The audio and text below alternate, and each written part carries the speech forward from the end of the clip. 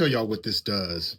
I get it, like he's trying to make a point, but man, what this does to the rest of the people, one, it just agitates the police, right? It agitates the entire force. So this is when they start using brutality against people who are just absolutely probably doing nothing.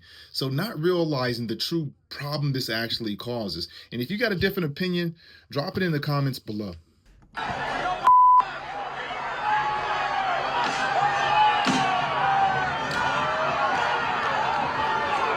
Wow. Sí, señor. Motorcycle, you're in your skirmish line.